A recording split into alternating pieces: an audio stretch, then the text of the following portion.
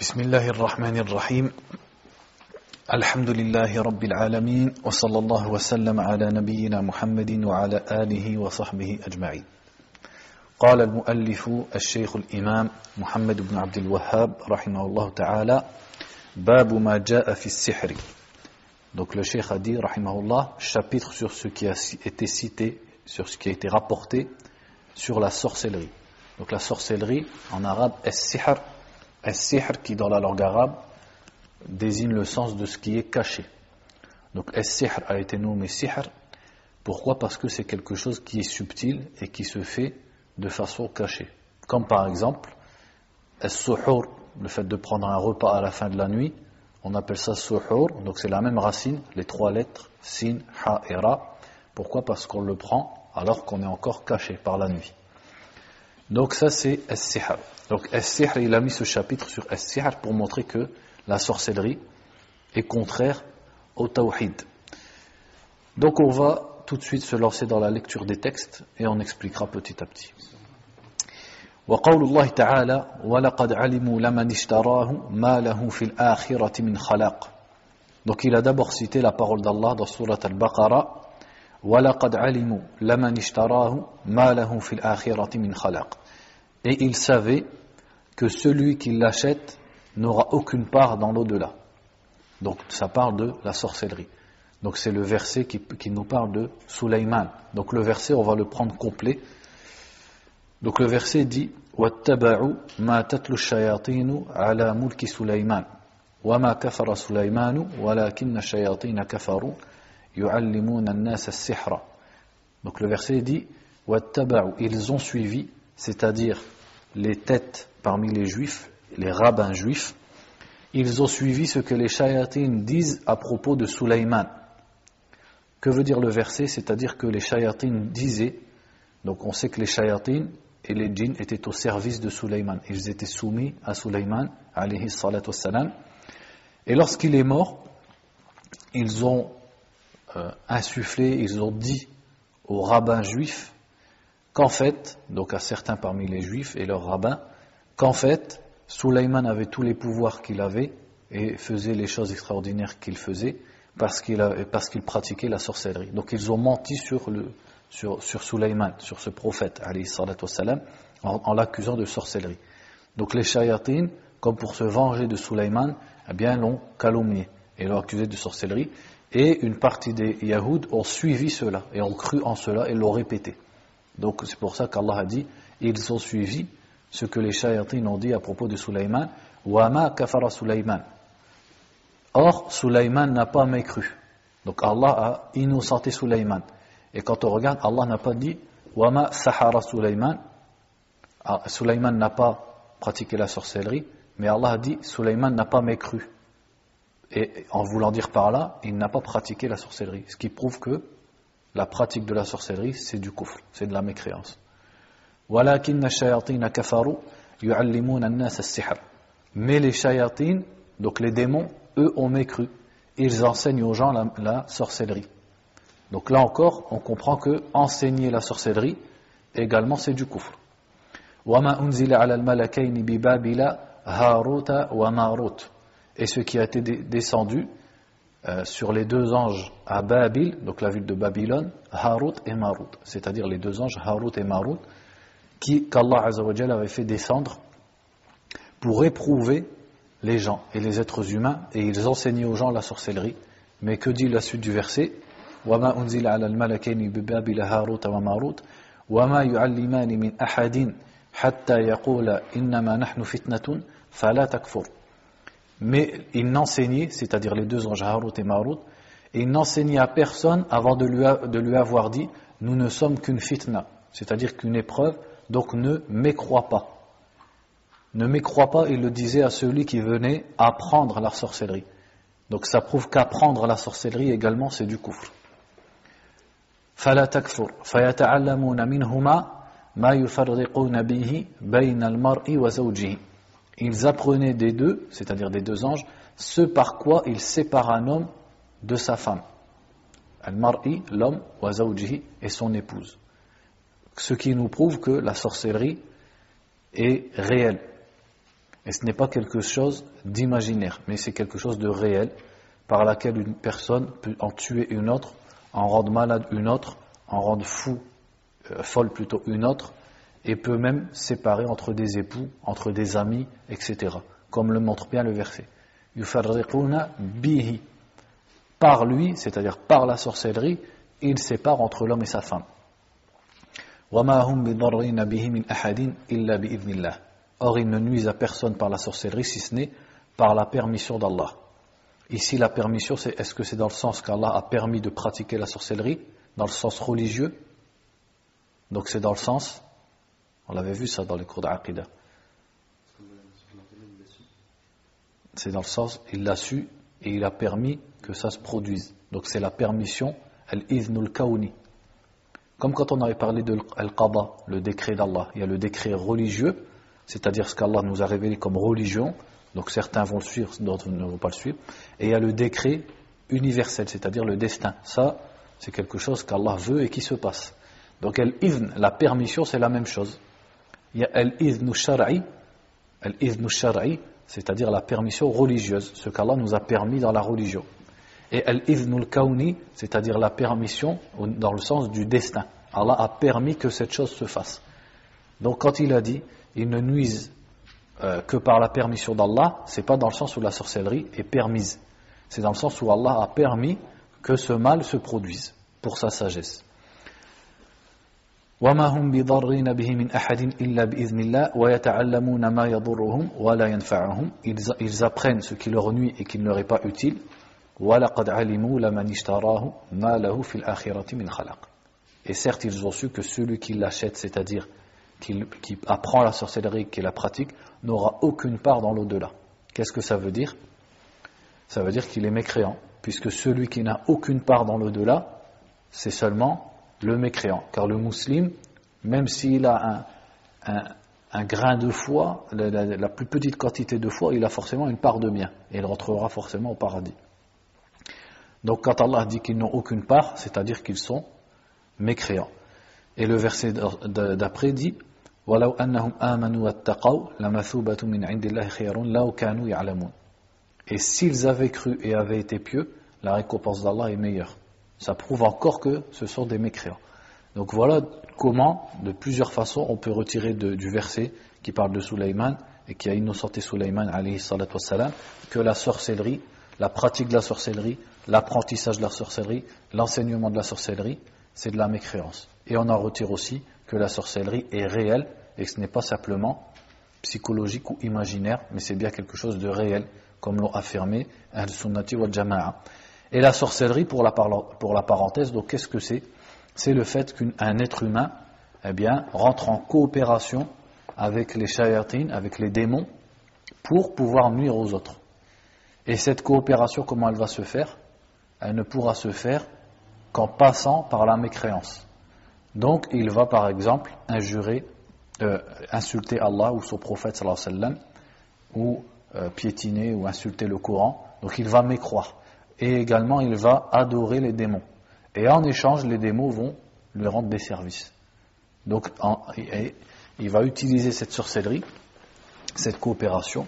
Et ensuite, également, cette sorcellerie, c'est un savoir à part entière.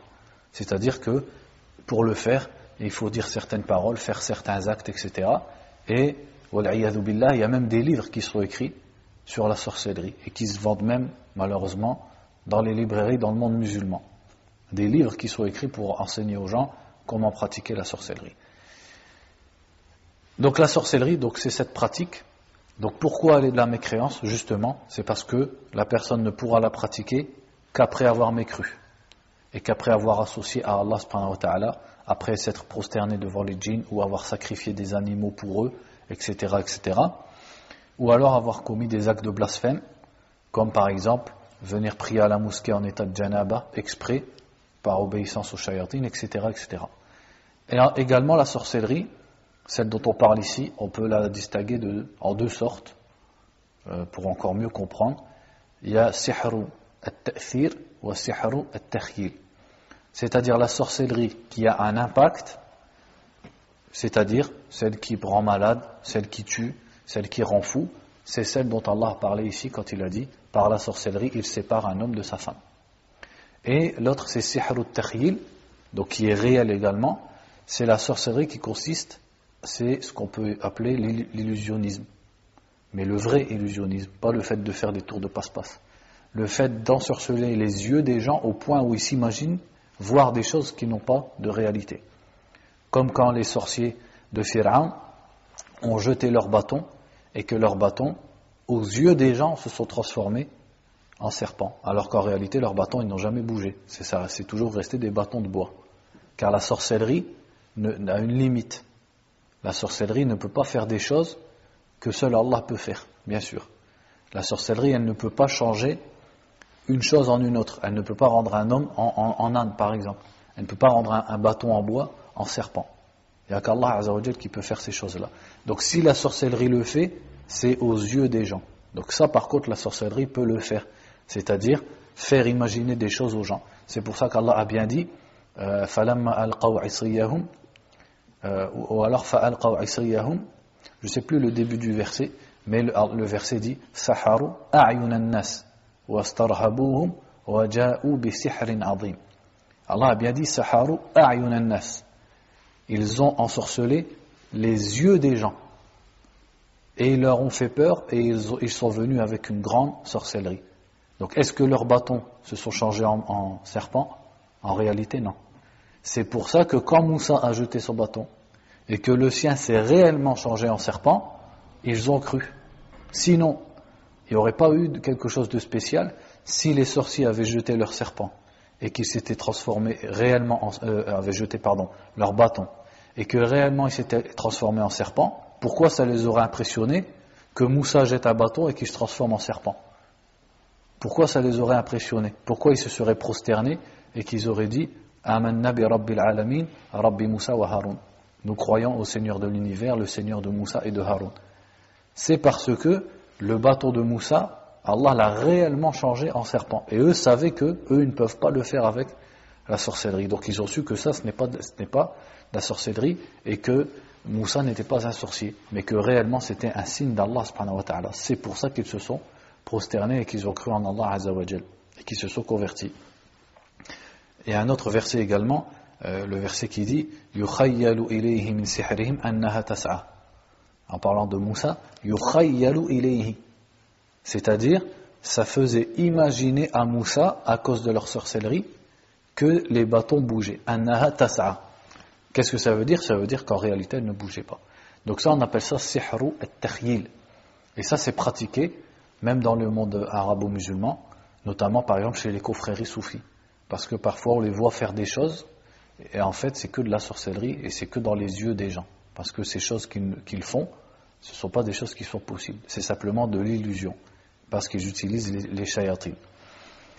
Donc le verset suivant dit, il dit ensuite وَقَوْلُهُ يُؤْمِنُونَ بِالْجِبْتِ وَالطَّاغُوتِ. Ensuite il a cité une partie du verset qui dit ils croient au jibt et au tarout. Al-jibt, c'est une parole qui est très générale, qui désigne tout ce qui est nul et tout ce qui est vain, tout ce qui est faux.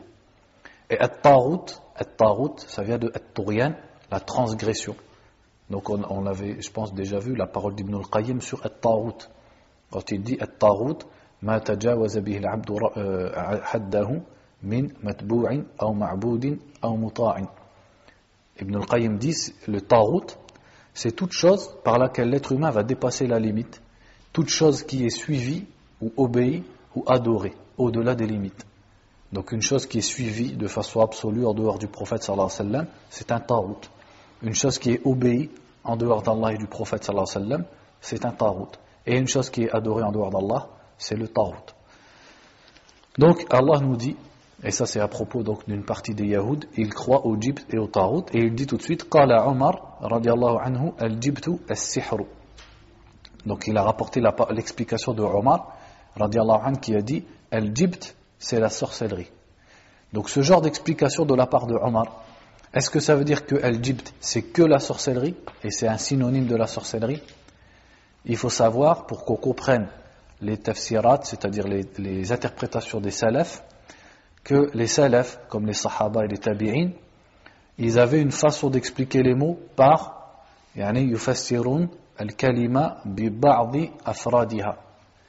C'est-à-dire al-jibt par exemple, ça regroupe beaucoup de choses. Donc Omar, il donne un exemple de ces choses. Il dit al-jibt c'est la sorcellerie.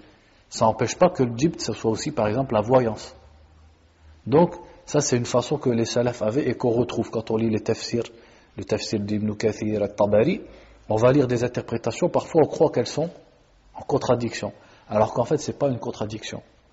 C'est comme si par exemple quelqu'un disait, pour vraiment donner un exemple vraiment basique, quelqu'un disait par exemple, il dit à quelqu'un qui ne comprend pas le français, le fruit c'est la pomme.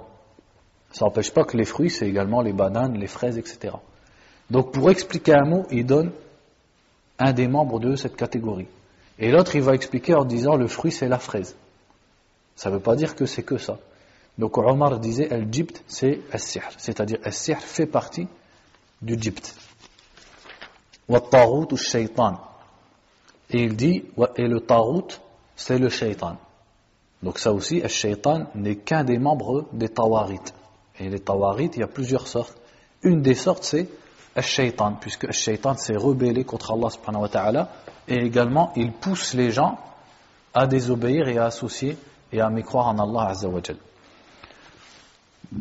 Donc pourquoi cette parole ici? C'est pour montrer que donc la sorcellerie est vaine et que puisqu'elle vient du shaytan, également elle rentre dans le tarout. Elle fait partie des pratiques du tarout, la sorcellerie. وقال جابر الطواغيت كلها الطواغيت كهان كان ينزل عليهم الشيطان في كل حي واحد. Et Jabir ibn Abdillah disait les tawarit, donc le pluriel de tarout, sont les voyants. Les voyants, il a dit al-kuhan, c'est le pluriel de kahin. Kuhan, c'est-à-dire les devins, les voyants, sur qui le diable descend, c'est-à-dire vers qui les démons viennent. Il leur insuffle des paroles. Fi kulli hayyin wahidun. C'est quoi le hayy ici? Les tribus. Hayy ici, c'est dans le sens de l'qabila. On peut dire al-hayy. Hayyun min al-arab, c'est-à-dire une tribu arabe. Donc il dit, dans chaque tribu, il y en avait un. Donc chaque tribu, dans la Jahiliya, avait son kahin, et c'était un tarout, donc qui prédisait l'avenir, et également qui jugeait entre les gens par leur tradition, etc., c'est-à-dire par autre que la loi d'Allah subhanahu wa ta'ala. C'est pour ça qu'on l'appelait également tarout. Donc ici, il a cité donc ces différentes interprétations pour qu'on comprenne le sens de al-jibt et de al-tarout, et qu'on comprenne que al-sihr c'est une pratique qui est en coopération avec le shaitan, et ça rentre dans al-jibt et al-tarout. Pour Jabir, donc il a dit Jabir huwa ibn Abdillah ibn Amr ibn Hiram radiyallahu anhu. Je pense qu'on l'avait déjà vu. Donc Jabir c'est Jabir ibn Abdillah al-Ansari radiyallahu anhu. وعن أبي هريرة رضي الله عنه أن رسول الله صلى الله عليه وسلم قال اجتنبوا السبع الموبقات قالوا وما هن يا رسول الله قال الشرك بالله والسحر وقتل النفس التي حرم الله إلا بالحق وأكل الربا وأكل مال اليتيم والتولي يوم الزحف وقذف المحصنات الغافلات المؤمنات. Ensuite il a rapporté un hadith d'Abu Huraira radiallahu anhu qui est dans les deux sahih, où le prophète a dit sallallahu alayhi wa sallam ijtanibu, c'est-à-dire délaissez et écartez-vous. Donc ça exprime l'éloignement, il faut être loin de ces choses-là. Éloignez-vous des 7 mubiqat. Mubiqat, ça vient du verbe awbaqa, qui veut dire ahlaka, c'est-à-dire celles qui te mènent à ta perte, celles qui te font périr. Donc évitez les 7, c'est comme s'il disait évitez les 7 dangereuses, évitez les 7 pratiques qui vous mènent à votre perte. Et ils lui ont dit, quelles sont-elles ô messager d'Allah? Et il a répondu, sallallahu alayhi wa sallam, premièrement bien sûr, ash-shirku billah, le fait d'associer à Allah, et tout de suite après il a dit, as-sihr. Donc le fait qu'il colle as-sihr après ash-shirk, c'est justement puisque, on l'avait dit, as-sihr en fait, finalement est une sorte de shirk, puisqu'il faut faire le shirk pour arriver au sihr. Et le fait de tuer une personne qu'Allah a interdite, sauf de bon droit. Donc ça, c'est un autre sujet. et le fait de manger riba, le fait de manger les biens de l'orphelin, le fait de se détourner le jour de la confrontation, c'est-à-dire quand il y a la guerre et que les deux groupes se rencontrent, le fait de déserter. Et le fait d'accuser les femmes mariées insouciantes et croyantes, c'est-à-dire les femmes innocentes. Donc bien sûr, on pourrait expliquer les 7, mais nous, on avance et on se base surtout sur le sujet. Donc on retient surtout que le prophète sallallahu alayhi wa sallam a cité as-sihr parmi 7 grands péchés qu'il a cités dans ce hadith. وعن جندب مرفوعا حد الساحر ضربه بالسيف رواه الترمذي وقال الصحيح أنه موقوف. Ensuite, il rapporte un hadith de Jundub al-Khayr, marfou'an, c'est-à-dire qui est le rapport du prophète sallallahu alayhi wa sallam, qui dit Haddu sahiri. Hadd ici, c'est dans le sens la peine légale, le châtiment que le gouverneur doit appliquer. Donc le châtiment du sorcier, c'est qu'on le frappe avec l'épée. Il a dit darbuhu bis sayf. Et on peut le lire aussi darbatun. Qu'est-ce que ça veut dire darba? Yani une fois, on le frappe une fois avec l'épée. C'est dans le sens où, voilà, dans le sens où on lui coupe la tête, il doit mourir. Ce hadith, il est rapporté par l'imam At-Tirmidhi, qui lui-même a dit, ce qui est authentique, c'est que le hadith est mawqouf. Qu'est-ce que ça veut dire? Que c'est Jundub qui l'a dit. Ce n'est pas une parole du prophète sallallahu alayhi wa sallam, mais une parole de Jundub lui-même. Et Jundub, ce Jundub al-Khayr, al-Azdi, donc dont on va lire après entre guillemets l'identité, la biographie, Jundub radiallahu anhu, l'imam al-Bukhari a rapporté dans Al-Tarikh al-Kabir, dans son livre Al-Tarikh, qui est un livre de biographie, que Jundub un jour était auprès de Al-Walid, Al-Walid qui était un des gouverneurs omeyyades, et Al-Walid avait comme dans sa cour un sorcier qui coupait la tête d'un homme et qui lui remettait. Donc bien sûr ça c'était de l'illusion.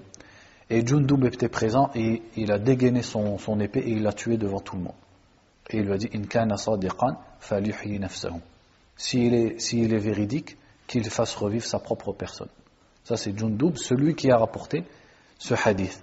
Donc il l'a dit et il l'a également fait. Donc de Jundub il est rapporté la parole mais également l'acte radiyallahu anhu.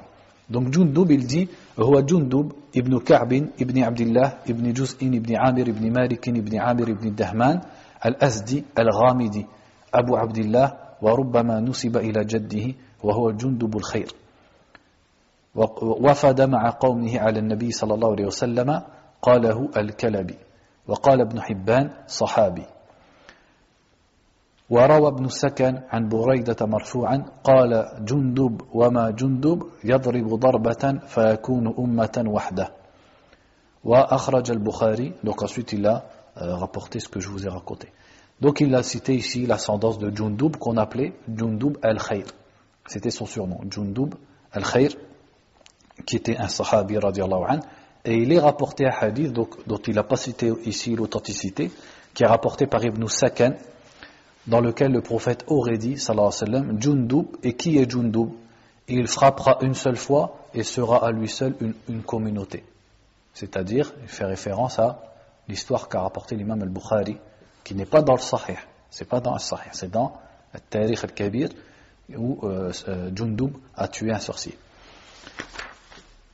Et on va voir par la suite que l'imam Ahmed, rahimahullah, par exemple, a ihtajja bihadi al-qissa, ou bihad al-qawl, c'est-à-dire il a accepté ça de Jundub comme étant authentique et il a pris comme argument.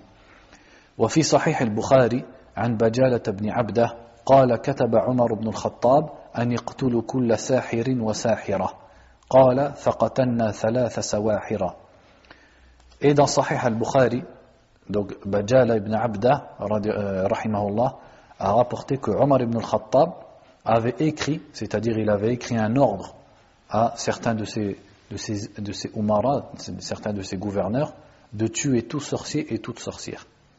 Et à la fin, Bajal a dit, nous avons tué 3 sorcières, après cet ordre de Omar. Mais cette phrase, nous avons tué 3 sorcières, elle n'est pas dans Sahih al-Bukhari. Elle est dans d'autres livres, et le tout est authentique, mais elle n'est pas dans... On peut imaginer comment il l'a ramené ici, qu'elle est dans le Bukhari, mais ça c'est un surplus qu'il y a dans d'autres versions. Donc qu'est-ce qu'on retire ici? C'est que Omar ibn al-Khattab également, donc vous voyez que le châtiment du sorcier était la peine de mort. وصح عن حفصة رضي الله عنها أنها أمرت بقتل جارية لها سحرتها فقتلت. Et également, il dit ici, et il est authentique que Hafsa, donc la femme du prophète sallallahu alayhi wa sallam, la fille de Omar, avait ordonné qu'on tue une servante à elle, une de ses servantes, qui lui avait fait de la sorcellerie. Et elle a effectivement été tuée. Donc ça c'est Hafsa. Donc ça fait Jundub, Omar et Hafsa parmi les Sahaba radiallahu anhu. Il dit dans la marge ici que c'est rapporté par Abd al-Razzaq. Donc Abd al-Razzaq, on l'avait dit l'autre fois, Abd al-Razzaq ibn Hammam as-San'ani, un des imams du Yémen, qui est de la génération des Shuyukh de l'imam Ahmed, rahimahullah. Et c'est également dans le Muwatta de l'imam Malik, rahimahullah. Donc il dit ensuite, le cheikh dit ensuite, وَكَذَلِكَ صَحَّ عَنْ جُنْدُبٍ قَالَ أَحْمَدُ عَنْ ثَلَاثَةٍ مِنْ أَصْحَابِ رَسُولِ اللَّهِ صلى الله عليه وسلم. Il dit, et également c'est rapporté authentiquement de Jundub, donc comme on l'a dit, il fait référence à la fois où Jundub lui-même a tué un sorcier. L'imam Ahmed rahimahullah a dit, ceci a été rapporté de 3 des compagnons du prophète sallallahu alayhi wa sallam. Donc l'imam Ahmed a accepté ces différentes versions et les a pris comme argument. Et le fait que la peine du sorcier, c'est d'être tué, donc c'est l'avis des 4 imams. Quant au fait qu'il soit kafir, c'est l'avis de Abu Hanifa, Malik et Ahmed. Et l'imam al-Shafi'i, lui, a plutôt détaillé la question. Il a dit, avant, on lui demande d'abord, Sif lana sihrak, décris-nous quelles sont tes pratiques. Si ces pratiques sont de la sorcellerie, sont du shirk et du kufr, alors là, il est kafir et il doit être tué. Pourquoi? Est-ce que finalement il y a une contradiction entre ce qu'il a dit et ce que les autres ont dit? En vérité, il n'y a pas de contradiction, mais c'est au cas où on appliquerait le mot sihr sur quelque chose qui n'est pas le sihr dont on parle ici depuis le début du cours. Il dit ensuite, Babu, rahimahullah ta'ala, Babu bayani shay'in min anwa'i sihr. Chapitre sur différentes catégories de sorcellerie. En fait, ici, il va rapporter plusieurs pratiques ou des croyances qu'on peut appeler sihr, mais qui ne sont pas le sihr dont on a parlé dans le chapitre d'avant. Donc vous verrez, quand on va lire, qu'en fait ici, il va rapporter plusieurs catégories de sorcellerie, ou plutôt des choses qu'on appelle sihr, et qui ont des points communs avec la sorcellerie, surtout dans le fait d'être subtil, d'être caché, et aussi dans le fait qu'elle divise et qu'elle cause la division entre les gens, comme la sorcellerie, sans qu'elle soit la sorcellerie qu'on vient d'expliquer, c'est-à-dire le fait de coopérer avec les shayatines, et de mécroire, etc. Donc il dit, rahimahullah, قال أحمد حدثنا محمد بن جعفر حدثنا عوف عن حيان بن العلاء حدثنا قطن بن قبيصة عن أبيه أنه سمع النبي صلى الله عليه وسلم قال إن العيافة والطرق والطيرة من الجبت قال عوف العيافة زجر الطير والطرق الخط يخط بالأرض والجبت قال الحسن رنة الشيطان إسناده جيد ولأبي داود والنسائي وابن حبان في صحيحه المسند منه. Donc il dit, l'imam Ahmed a dit حدثنا ça veut dire حدث c'est-à-dire nous raconter, nous parler. Donc حدثنا Muhammad ibn Ja'far, c'est-à-dire Muhammad ibn Ja'far nous a dit, nous a rapporté. Et Muhammad ibn Ja'far, c'est lui qui était connu pour s'appeler Rundar dans les rapporteurs du hadith. Rundar. Haddathana Aoufun. Donc Aoufun nous a rapporté, selon Hayyan ibn al-Ala, qui a dit Qatan ibn Qabisa nous a rapporté de son père, donc son père qui est Qabisa, qui était un sahabi, qu'il a entendu le prophète sallallahu alayhi wa sallam dire Al-Iyafa, donc les mots je ne vais pas les traduire au début. Al-Iyafa, At-Tarq et At-Tiyara font partie du Gypte. Donc il a cité 3 choses comme faisant partie du Gypte. Et ce hadith, avant qu'on l'explique, on signale qu'il est da'if, il n'est pas authentique. Comme l'a dit par exemple Cheikh Al-Albani et d'autres. Le hadith il n'est pas authentique, mais le sens, comme on va le voir quand on va l'expliquer, on le retrouve dans des hadiths qui sont authentiques. Puisque les pratiques dont on parle ici, elles sont interdites et on en avait déjà parlé. Donc il dit premièrement Al-Iyafa, ça c'est la première, la deuxième At-Tarq et la troisième At-Tiyara. Et tout de suite après il a rapporté l'explication de Aouf, donc un des rapporteurs du hadith, qui a expliqué ces mots. Et ça, c'est dans le Musnad de l'imam Ahmed. Donc Aouf a dit Al-Iyafatu zajru at-tayr. Donc il a dit Al-Iyafa, c'est le fait de faire peur aux oiseaux, c'est-à-dire pour qu'ils s'envolent. Donc, il prenait des oiseaux, il leur faisait peur, il les faisait s'envoler, et ensuite il regardait leur direction et leur trajectoire. Et selon leur direction et leur trajectoire, eh bien, c'était un signe pour eux, soit de bonheur, soit de malheur. Et ça, ils le faisaient quand ils voulaient entreprendre quelque chose comme un voyage, etc., pour savoir si ça allait bien ou mal se passer. Donc ça, c'est une pratique digne de la mécréance et de la jahiliya, parce que c'est se reposer sur des choses qui n'ont aucune réalité. Et comment on l'appelle aussi cette croyance? At-tiyara, qu'il a cité dans le hadith. La différence, c'est que At-tiyara, c'est plus vaste. Quand on parle de l'iyafa, c'est spécialement avec les oiseaux. At-tiyara, c'est la superstition de façon générale. Donc il a dit al-iyafatu sajru at-tayr, comme on vient de l'expliquer, wa at-tarqu al-khattu yukhattu bil-ard. Et il a dit at-tarq, c'est les traits qu'on fait dans la terre. Donc ça, c'était une façon de pratiquer la voyance chez les Arabes. Et, wallahu a'lam, une des façons qui a été expliquée, c'est que la personne, le devin, celui qui faisait ça, il prenait un bâton dans le sable et il faisait plein de traits dans tous les sens à toute vitesse. Et à la fin, il effaçait ces traits deux par deux. Il les efface, jusqu'à ce qu'il en reste plus qu'un ou deux. Et s'il en restait deux, il disait que c'était un signe de bonheur, et s'il en restait qu'un, c'était un signe de malheur, ou le contraire, je ne sais plus. Mais c'était une façon de prédire l'avenir qu'ils avaient. Donc c'est en fait, ça revient à la voyance, une sorte de voyance. Et il a dit ensuite, Wal-jibtu, et at-tiyara, il ne l'a pas expliqué, mais at-tiyara, on l'a déjà vu. At-tiyara, qui vient bien sûr du mot at-tayr, qui désigne les oiseaux. At-tiyara, qu'est-ce que c'est? C'est la superstition, le fait de dire que ceci porte malheur, ceci est un bon signe ou un mauvais signe, etc. Et Al-Hassan a dit, à propos de Al-Jibt, il a dit Rannatu shaytan. Al-Hassan, c'est bien sûr ici Al-Hassan al-Basri, rahimahullah ta'ala, qui a dit Al-Jibt, c'est le son du shaytan. Al-Ranna, c'est le son comme une plainte qu'on fait, ou un pleur, le fait de crier quand on pleure ou quand on se plaint. Rannatu shaytan. Qu'est-ce qu'il a voulu dire ici, par là? Wallahu a'lam.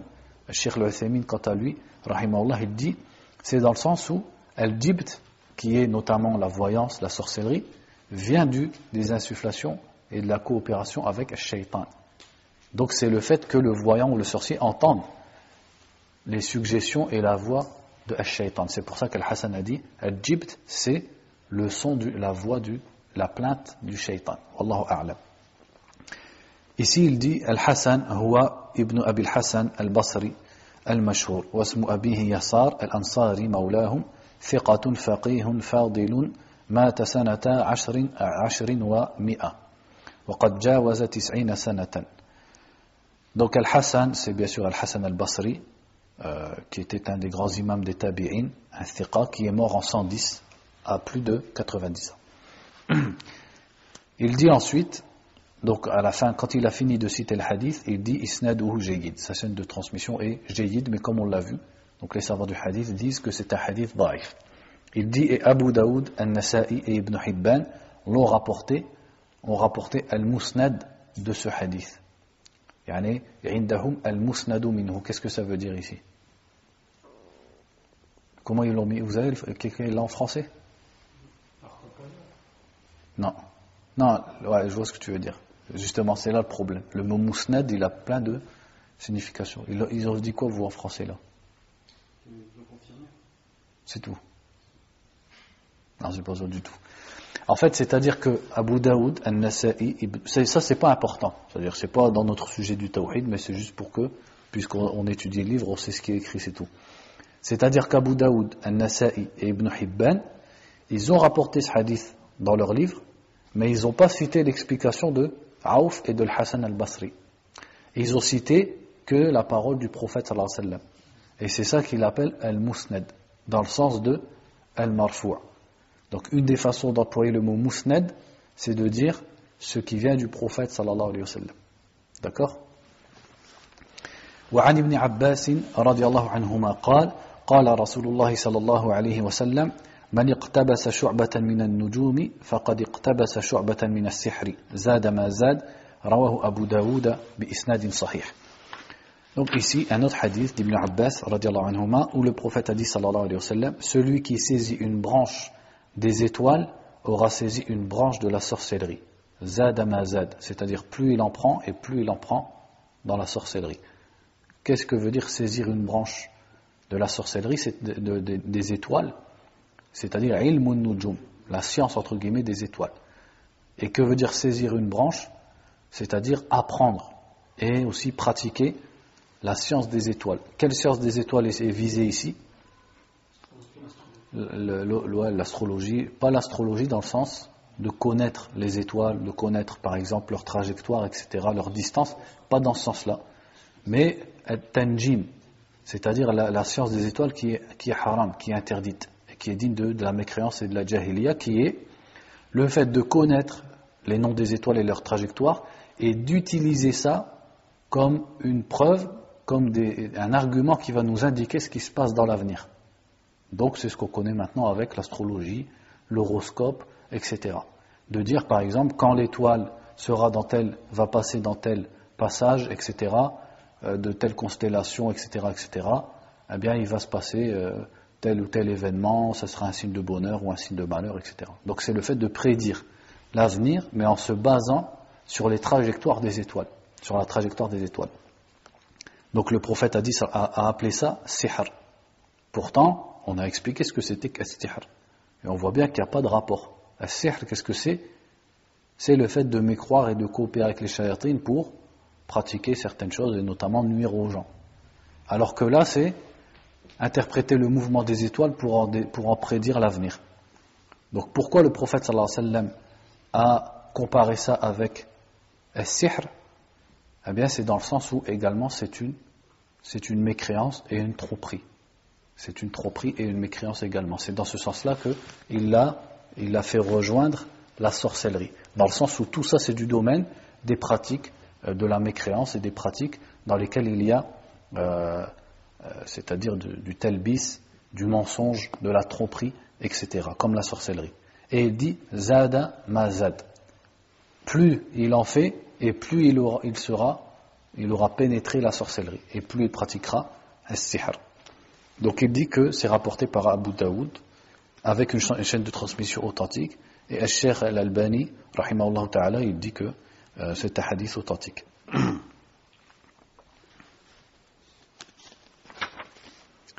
Donc ça bien sûr c'est la science des étoiles dans le mauvais sens, ce qui n'empêche pas qu'il est permis de connaître le nom des étoiles, leur trajectoire, etc. Non pas pour prédire l'avenir, mais pour par exemple se repérer, etc. Se repérer dans le désert, connaître le sens de la qibla, ou pour le calendrier, etc. etc. وللنسائي من حديث أبي هريرة رضي الله عنه من عقد عقدة ثم نفث فيها فقد سحر ومن سحر فقد أشرك ومن تعلق شيئا وكل إليه. Donc ici il a rapporté un hadith de l'imam An-Nasa'i rahimahullah ta'ala. Donc il dit ici à propos de An-Nasa'i huwa al-imam al-hafiz Ahmed ibn Shu'aib. Donc on essaye de retenir au moins que si on y arrive que l'imam An-Nasa'i s'appelait Ahmed ibn Shu'aib ibn Ali ibn Sinan ibn Bahrin ibn Dinar Abu Abdirrahman. Donc sa kunya c'était Abu Abdirrahman Sahibu Sunan al-Kubra wal Mujtaba wa ghayrihima. Donc il est l'auteur de 2 livres de hadith notamment qui sont connus, As-Sunan al-Kubra, et le plus souvent quand on dit Sunan al-Nasa'i qu'on met dans les 6 livres, c'est l'autre qui s'appelle Al-Mujtaba, c'est-à-dire ce qui a été sélectionné du livre As-Sunan al-Kubra. Donc il a écrit As-Sunan al-Kubra et ensuite de ce livre il a sélectionné un nombre de hadiths plus restreint qui est quand même de plus de 5000 hadiths, et c'est ce livre qu'on met dans les 6 livres principaux. Et il dit ensuite وَرَوَى عَنْ مُحَمَّدٍ مِنْ مُثَنَّى وَابْنِ بَشَّارٍ وَقُتَيْبَةَ وَخَلْقٍ لَا يُحْصَانٍ. Donc il cite certains de ces shuyukh et il dit il a rapporté d'un nombre de shuyukh qu'on ne peut même pas compter. وَكَانَ إِلَيْهِ الْمُنْتَهَى فِي الْعِلْمِ بِعِلَلِ الْحَدِيثِ. Il était au summum dans la connaissance des ilal des hadiths. C'est quoi les ilal? Pluriel de illa, c'est-à-dire les défauts qu'on trouve dans notamment les chaînes de transmission des hadiths qui font que les hadiths ne sont pas authentiques. مات بفلسطين سنة 300 وله 88 سنة. Il est mort en Palestine alors que il était surtout connu pour être un imam dans quelle région? En Égypte. Il est mort en 303 en Palestine à l'âge de 88 ans. Rahimahullah ta'ala. Donc le hadith qu'il a rapporté, et avant qu'on l'explique encore une fois, on signale que ce hadith-là n'est pas authentique. Le hadith qu'il a cité ici n'est pas authentique, il fait partie des hadiths de Sunan al-Nasa'i qui ne sont pas authentiques, sachant que Sunan al-Nasa'i, la grande majorité de ces hadiths sont, à votre avis, sont authentiques. Sunan al-Nasa'i, c'est le livre le plus authentique dans les 6 après Al-Bukhari et Muslim. Donc le hadith dit, celui qui fait un nœud et qui souffle dedans aura pratiqué la sorcellerie. Et celui qui fait la sorcellerie aura associé. Et celui qui s'accroche à quelque chose lui sera laissé. C'est-à-dire il sera laissé à cette chose.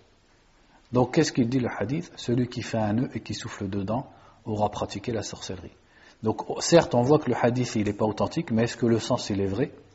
Bien sûr, puisque c'est une des façons de pratiquer la sorcellerie qu'Allah Azza wa Jalla a cité dans le Coran. قُلْ أَعُوذُ بِرَبِّ الْفَلَقِ مِنْ شَرِّ مَا خَلَقَ وَمِنْ شَرِّ غَاسِقٍ إِذَا وَقَبَ وَمِنْ شَرِّ النَّفَّاثَاتِ فِي الْعُقَدِ. Contre le mal de celle qui souffle dans les nœuds. Nafth, qu'est-ce que c'est? C'est le fait de souffler avec aussi de la salive. Donc en fait c'est plutôt poustillonner. Donc les sorciers et les sorcières, ils pratiquent la sorcellerie, ils disent leurs incantations qui sont destinées aux shayatin, et ensuite parmi leurs pratiques il y a le fait de faire des nœuds.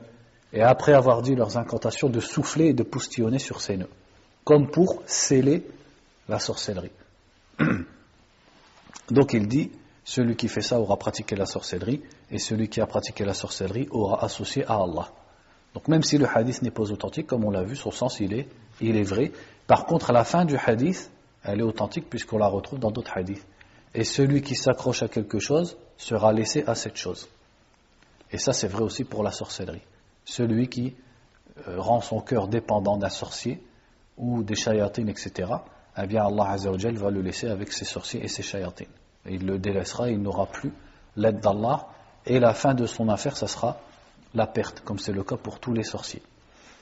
وعن ابن مسعود رضي الله عنه أن رسول الله صلى الله عليه وسلم قال ألا هل أنبئكم ما العضه هي النميمة القالة بين الناس رواه مسلم. Donc là c'est un hadith rapporté par l'imam Muslim rahimahullah, où Abdullah ibn Mas'ud radiyallahu anhu a rapporté que le prophète sallallahu alayhi wa sallam a dit: vous informerai-je sur al-adhu? Al-adhu, certains l'ont lu al-idha, mais ici c'est al-adhu. Et il a dit, en fait al-adhu c'est un mot également qui est global, et certains savants l'interprètent comme étant la sorcellerie. C'est pour ça qu'il a mis le hadith ici, le cheikh, avant qu'on lise la suite du hadith, parce qu'on pourrait se demander pourquoi ce hadith dans ce chapitre. Donc al-adhu à la base veut dire le mensonge, la calomnie, et veut dire également as-sihru, la sorcellerie. Donc c'est comme si le prophète sallallahu alayhi wa sallam nous disait: voulez-vous que je vous informe sur ce qu'est la sorcellerie? C'est pour ça que le hadith a été mis ici, comprenez bien.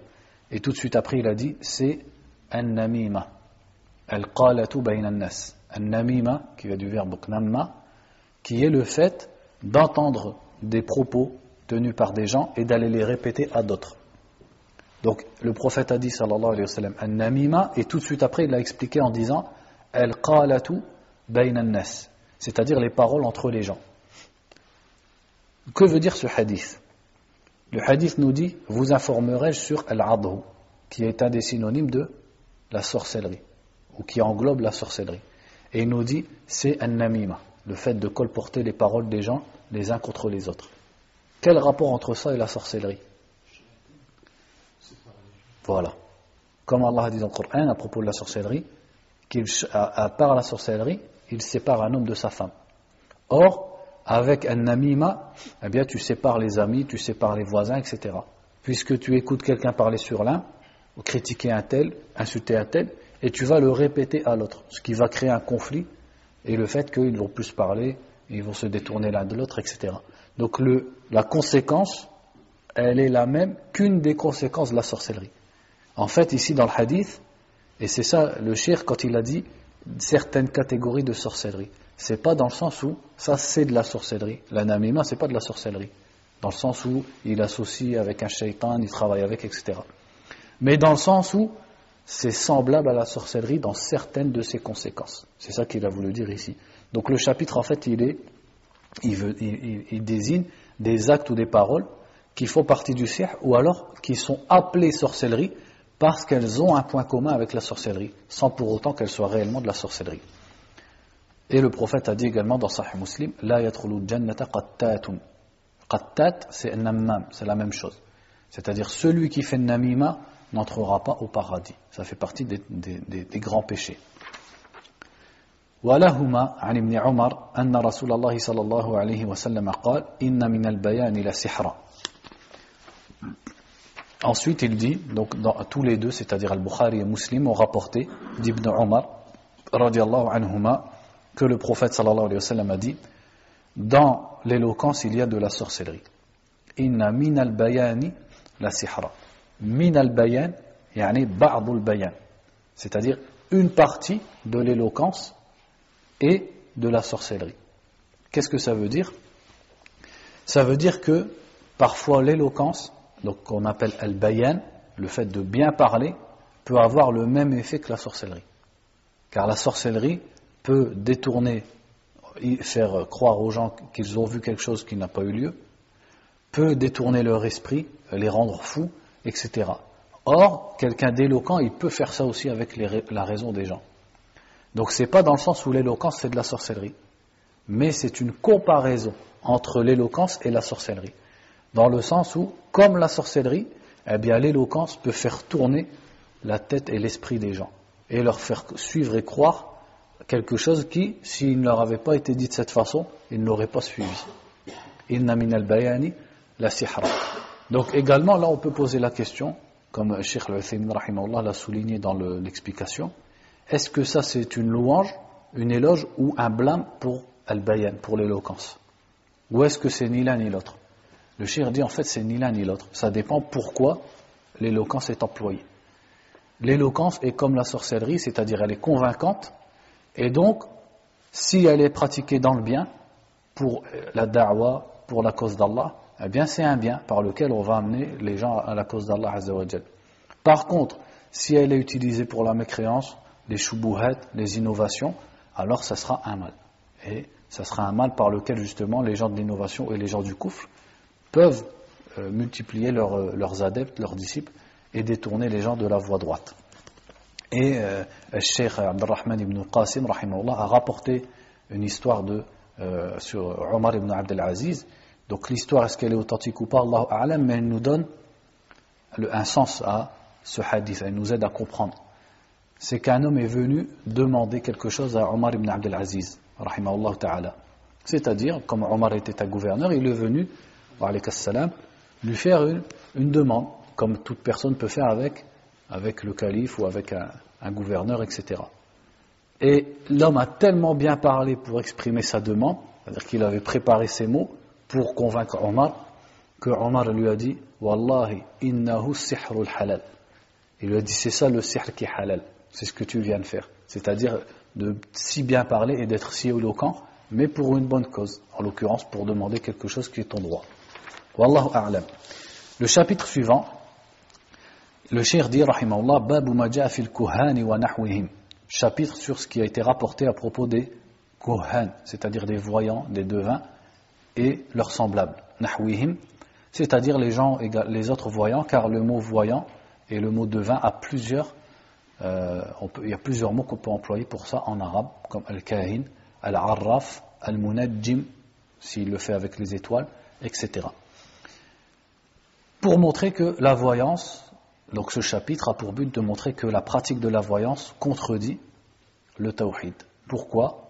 Parce que la connaissance de l'invisible, et notamment donc de l'avenir, fait partie des qualités exclusives d'Allah subhanahu wa ta'ala. Ma'rifatul ghaib, ilmul ghaib, la connaissance du ghaib, de l'invisible, et notamment donc de l'avenir, fait partie de sifat al-rububiyyah, des qualités de la souveraineté d'Allah Azza wa Jal, qui lui sont exclusives. Et ça c'est quelque chose qui est clairement expliqué et dit dans le Coran, et qui est connu de façon essentielle dans la religion, que personne ne peut renier. Et celui qui renie ça est un mécréant, sans aucune divergence entre les savants. Celui qui vient croire ou dire que quelqu'un d'autre qu'Allah peut connaître l'avenir ou connaître l'invisible, ou qui vient le prétendre pour lui-même, eh bien celui-là est un kafir. Et Ibn al-Qayyim a même cité celui qui prédit l'avenir parmi les 5 têtes des tawarit, c'est-à-dire les principaux tawarit. Donc ici il rapporte, il dit, rahimahullah, rawa muslimun fi sahihi an ba'di azwaj an-nabi sallallahu alayhi wa sallam, عن النبي صلى الله عليه وسلم قال من أتى عرافا فسأله عن شيء فصدقه بما يقول لم تقبل له صلاة 40 يوما. Donc il commence par ce hadith de l'imam Muslim rahimahullah, où le prophète a dit sallallahu alayhi wa sallam, celui qui va voir un arraf. Donc arraf c'est synonyme de kahin, c'est-à-dire un devin ou un voyant. Celui qui va voir un voyant et qui lui pose une question, qui lui demande sur quelque chose, fasa'alahu an shay'in, il lui demande sur quelque chose et qu'il le croit dans ce qu'il dit, sa prière, sa salat ne lui sera pas acceptée pendant 40 jours. Avant d'expliquer le hadith, la première chose à dire c'est que la phrase fasaddaqahu bima yaqul n'est pas dans Sahih Muslim. Elle est dans la version de l'imam Ahmed rahimahullah. Donc ça c'est important pour comprendre le hadith. Donc il faut enlever la phrase fasaddaqahu bima yaqul, qui veut dire et qu'il le croit dans ce qu'il dit. En fait le hadith c'est seulement celui qui va voir un devin et qui lui pose une question, sa salat ne sera pas acceptée pendant 40 jours. Donc ici bien sûr qu'est-ce que ça montre? C'est le fait que d'aller voir un voyant, ça fait partie des grands péchés, au point où ça empêche que la salat de la personne soit acceptée pendant 40 jours. Et est-ce que ça veut dire que la personne a le droit d'abandonner la salat? Non. Parce que dans tout devoir religieux, il faut voir que, bien sûr, le pratiquer, ça nous amène une récompense, mais également, le délaisser fait mériter un châtiment. Donc, il sait qu'il n'aura pas de récompense pour cette salat, mais s'il la délaisse, il aurait en plus un châtiment, donc il doit la faire. Et on pourrait même dire, de toute façon, il doit la faire pour rester musulman, pour ne pas abandonner la salat. Mais il l'a fait, mais il n'en aura aucune récompense pendant 40 jours. Il l'a fait seulement pour accomplir son devoir et éviter le châtiment d'Allah. وعن أبي هريرة رضي الله عنه عن النبي صلى الله عليه وسلم قال من أتى كاهنا فصدقه بما يقول فقد كفر بما أنزل على محمد صلى الله عليه وسلم رواه أبو داود وللأربعة والحاكم وقال صحيح على شرطهما عن أبي هريرة رضي الله عنه من أتى عرافا أو كاهنا فصدقه بما يقول فقد كفر بما أنزل على محمد صلى الله عليه وسلم ولأبي يعلى بسند جيد عن ابن مسعود مثله موقوفا. Donc il a ramené 3 fois le même hadith. Le premier rapporté par Abu Daoud selon Abu Huraira, où le prophète a dit sallallahu alayhi wa sallam, celui qui va voir un kahin, c'est-à-dire un devin, et qui le croit dans ce qu'il dit, aura mécru à ce qui a été descendu sur Muhammad sallallahu alayhi wa sallam. Donc là, c'est pas le même jugement. Pourquoi? Parce qu'il y a une différence, c'est qu'ici, il le croit. Donc dans le premier hadith, il va juste le voir et il lui pose une question. Par exemple, par curiosité, etc. Celui-là, le simple fait qu'il pose la question, lui vaudra que sa prière ne sera plus acceptée. Par contre, s'il le croit, quand il l'informe sur l'invisible, sur l'avenir par exemple, là il aura mécru. Est-ce que c'est la petite ou la mécréance majeure? S'il le croit dans le fait qu'il informe de l'invisible, alors il l'aura mis à l'égal d'Allah, dans la connaissance de l'invisible, et il sortira de l'islam. Donc il aura mécru à ce qui a été descendu sur le prophète sallallahu alayhi wa sallam, c'est-à-dire il aura mécru au Coran et à la Sunna, puisque dans le Coran et la Sunna, il est clairement dit qu'Allah seul connaît Al-Ghaib. Donc c'est comme ça qu'on allie les 2 hadiths.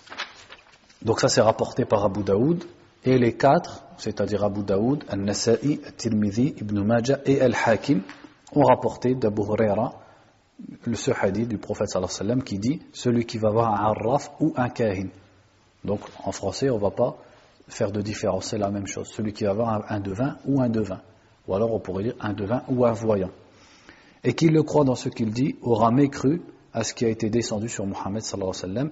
Et il dit ensuite, et Abu Ya'la a rapporté cela d'Ibn Mas'ud, mawqoufan. Ça veut dire quoi mawqoufan? Comme parole d'Ibn Mas'ud. Abu Ya'la l'a rapporté, mais d'Ibn Mas'ud, pas du prophète sallallahu alayhi wa sallam. C'est-à-dire qu'Ibn Mas'ud également a dit ça. Il l'a rapporté de lui-même. Mais est-ce qu'Ibn Mas'ud peut savoir ça de lui-même? Non, s'il dit ça, c'est que forcément il le tient. Ce genre de choses, il ne peut que le tenir du prophète sallallahu alayhi wa sallam.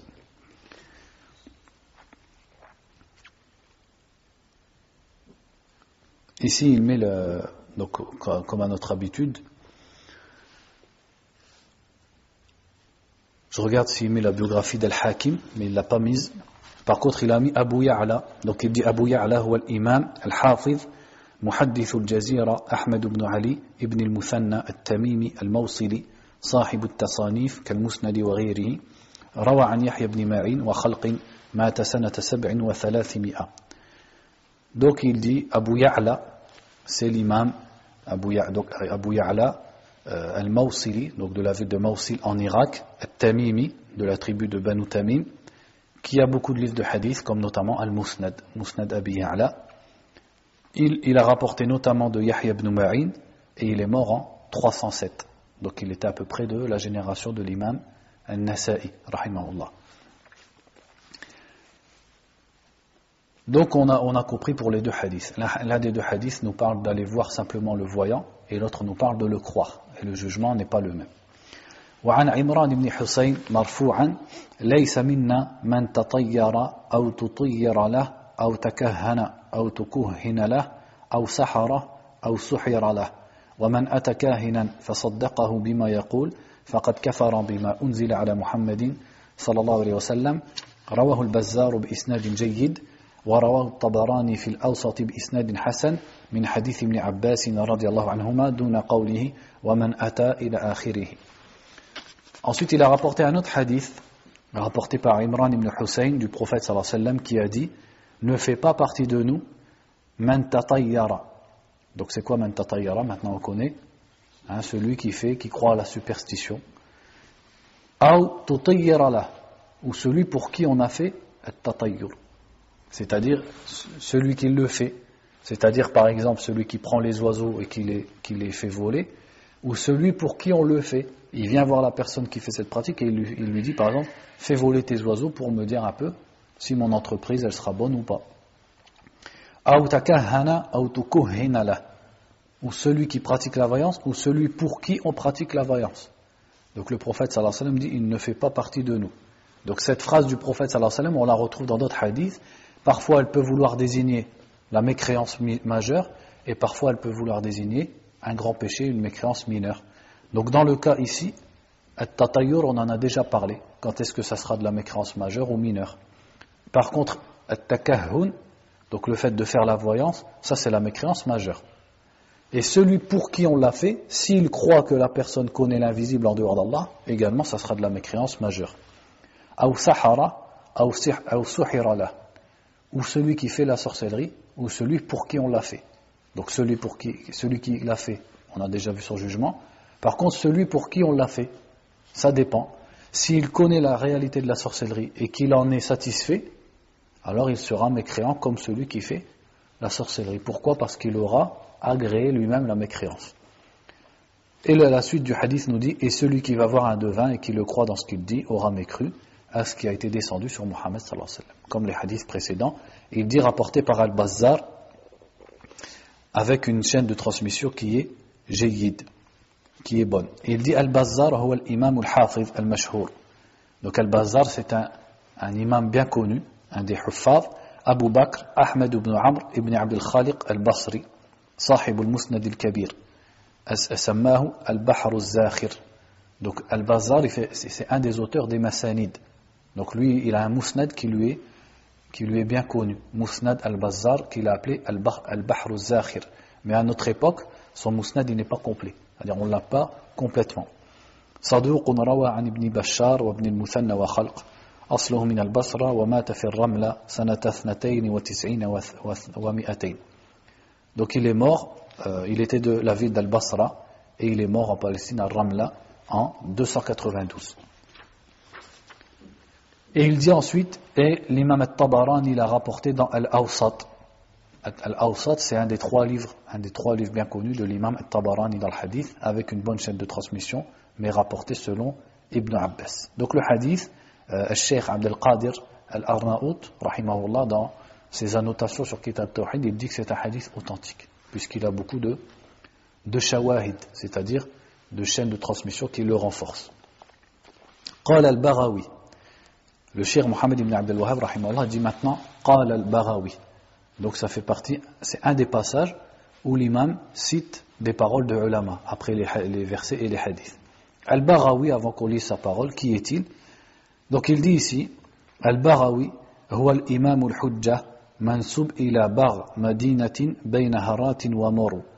Donc Al-Baghawi, c'est un des grands imams de l'islam qui venait de Bagh, qui est une ville qui était donc vers l'ancien empire perse, c'est-à-dire vers Maro qui, si je ne me trompe pas, c'est soit en Irak ou soit dans l'actuel Iran.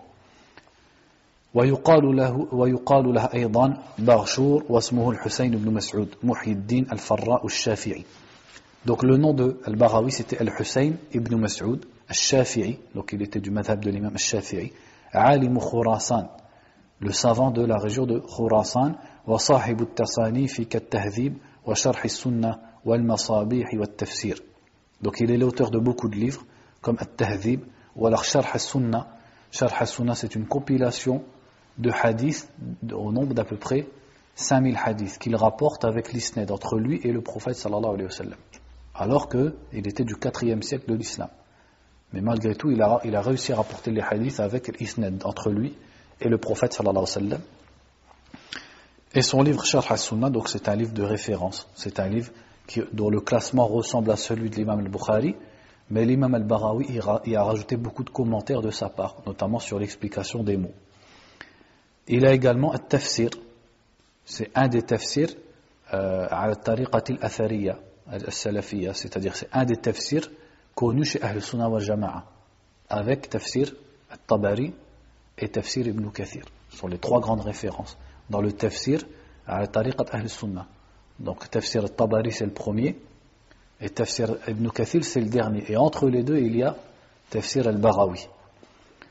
Et il a également Al-Masabih. Al-Masabih, c'est un livre de hadith. Donc je vais vous écourter un peu sa biographie. Il dit qu'il est mort en 516, rahimahullah ta'ala.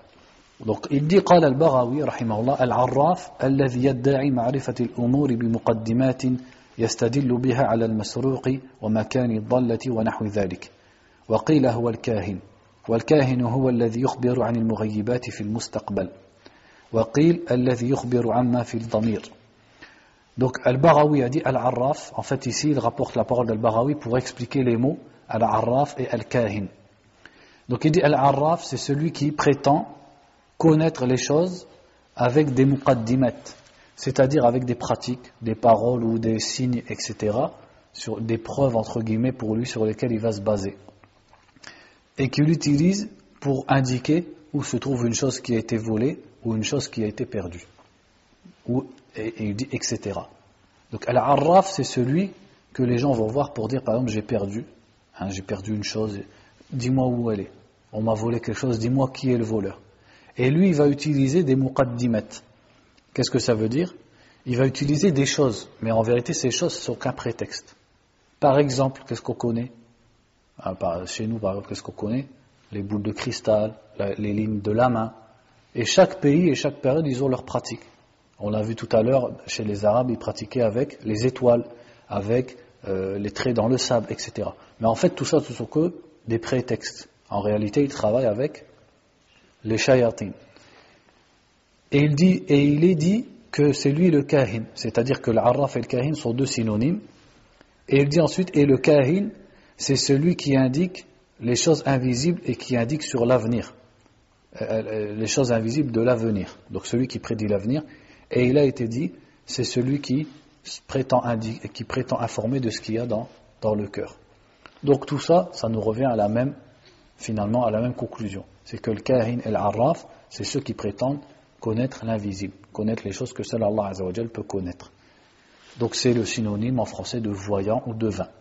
Il dit ensuite, قال أبو العباس ابن تيمية, donc il cite une parole de Cheikh al-Islam, donc Abu al-Abbas, c'était sa kunya Ibn Taymiyyah, sachant que l'imam Ibn Taymiyyah ne s'est jamais marié, rahimahullah ta'ala. Donc Abu al-Abbas, c'était simplement sa kunya, mais il n'a jamais eu d'enfant, il ne s'est jamais marié, rahimahullah ta'ala. Pourquoi? Allahu a'lam. Mais on sait, quand on lit sa vie, on a du mal à imaginer comment il aurait pu se marier de toute façon, puisqu'il était trop dans le djihad à la fois, le djihad par la science, mais aussi le djihad par les armes, contre les Tatars, etc. Donc il a dit, rahimahullah, Al-Arraf ismun lil-kahini wal-munajjimi wal-rammali wa nahwihim mimman yatakallamu fi ma'rifati al-umuri bihadhihi at-turuq. Tout simplement, Ibn Taymiyyah rahimahullah dit Al-Arraf, c'est un nom qui désigne le kahin, donc le voyant, Al-Munajjim, l'astrologue, Al-Rammal, celui qui fait les traits dans le sable, et leurs semblables. Donc qu'est-ce qu'elle dit en fait cette parole d'Ibn Taymiyyah? C'est que tout ça c'est semblable. Al-Arraf, Al-Kahin, c'est la même chose. Al-Arraf, ça englobe tous les genres de voyance et qui prétend connaître les choses avec ses procédés. Donc on répète encore une fois que les voyants, ils ont différents procédés, mais ces procédés, ce sont que des prétextes pour attirer l'attention surtout de la personne qui est devant eux. Donc ils prétendent lire par exemple dans les signes de la main, ou ils prétendent lire par exemple dans les lettres, ou dans une boule de cristal, ou alors ils prétendent avoir des flashs, ça c'est maintenant c'est à notre époque, etc. Tout ça c'est que des prétextes, parce qu'il faut bien qu'il explique aux gens comment il prédit les choses, ou il indique les choses, mais la réalité c'est que soit tout simplement il ment, et il joue notamment sur la psychologie de la personne, ou alors eh bien, il utilise et il se sert des shayatin, et en cela il est semblable aux sorciers. Il dit ensuite قال ابن عباس في قوم يكتبون أبا جاد وينظرون في النجوم ما أرى من فعل ذلك له عند الله من خلاق. Et pour finir, il a rapporté une parole de Abdullah ibn Abbas radiallahu anhuma à propos des gens qui écrivent Abajad et qui regardent les étoiles. Abajad, en fait c'est l'alphabet, mais d'une certaine façon. Donc le cheikh ici dans la ligne, il l'a cité, c'est d'écrire les lettres en écrivant Abjad. Donc ça commence par Alif, Ba, Jim, Dal, mais on les met en un seul morceau. Abjad. Ensuite, Huz. Donc le Ha, le Waw et le Zayn ensemble. Hati ou Hatti. Donc Ha, Ta, Ya. Kalmun. Donc Kaf, Lam, Mim, Nun. Sa'fas. Sin, Ain, Fa, Sad. Et jusqu'à la fin de l'alphabet. Donc c'est pas l'ordre alphabétique qu'on a l'habitude de connaître. En fait, tout simplement, c'est un ordre alphabétique, mais avec en mettant les lettres ensemble, comme par mot de 3-4 lettres. Donc cet alphabet, on peut l'utiliser, et en fait, il sert à désigner des valeurs. C'est-à-dire que les premières lettres, il leur donne une valeur, arrive à une certaine lettre, donc des unités, celle-là elle vaut 1, celle-là elle vaut 2, celle-là elle vaut 3, etc. Et arrive à une certaine lettre, ça commence les dizaines. Celle-là, elle vaut 10, celle-là, elle vaut 20. Donc parfois, pour désigner une date, par exemple, eh bien, au lieu de dire les chiffres, on dit les lettres. Et ça, c'est quelque chose qui est employé même par les ulama et les écrivains. Et si c'est utilisé dans ce sens, c'est pas interdit. Et souvent, les savants, dans leur poésie, quand ils veulent désigner une date, par exemple la date à laquelle ils ont fait la poésie, ils disent par exemple je l'ai écrit dans tel, et ils disent au lieu de dire une date, il dit un mot. Et en fait ce mot, pour celui qui connaît Abajad et qui sait comment s'en servir, il en sort une date. Comme Cheikh al-Uthaymin dans son charh, il explique que son cheikh Abdurrahman al-Sa'di, il a cité une date qui était dans les années 1300 et quelques, en disant, dans son poème, il dit cette chose est arrivée, je ne sais plus de quoi il parlait, dans Irfir Lana.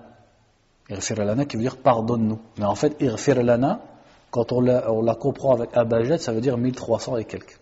Donc si c'est dans ce sens, il n'y a pas de mal. Mais les gens l'utilisent également pour pratiquer la voyance. Et avec également l'astrologie. Donc Ibn Abbas disait, ceux qui lisent Abajad et qui regardent dans les étoiles, c'est-à-dire qui s'en servent pour pratiquer la voyance et qui se servent de la connaissance des étoiles pour prédire l'avenir, il dit, je pense, Il dit je ne pense pas que celui qui fait ça aura une part auprès d'Allah. Ma'ara c'est dans le sens ma'a'taqid ou ma'a'lam, que celui qui fait ça aura une part auprès d'Allah. Qu'est-ce que ça veut dire? C'est le takfir ici. Ils voient leur takfir, ils voient que ce sont des mécréants. Donc ça c'est valable pour Abajad et pour les étoiles, mais de toute façon c'est vrai pour toutes les pratiques. Donc on peut voir que ce soit par exemple certains hadiths du prophète sallallahu alayhi wa sallam ou certaines paroles des salafs, elles parlent de certaines pratiques. Mais ils parlaient des pratiques qui étaient pratiquées dans leur société. Mais c'est valable de façon générale. Quelle que soit la pratique par laquelle la personne croit ou prétend plutôt connaître l'invisible ou l'avenir, eh bien ça sera de la mécréance, quelle que soit la pratique.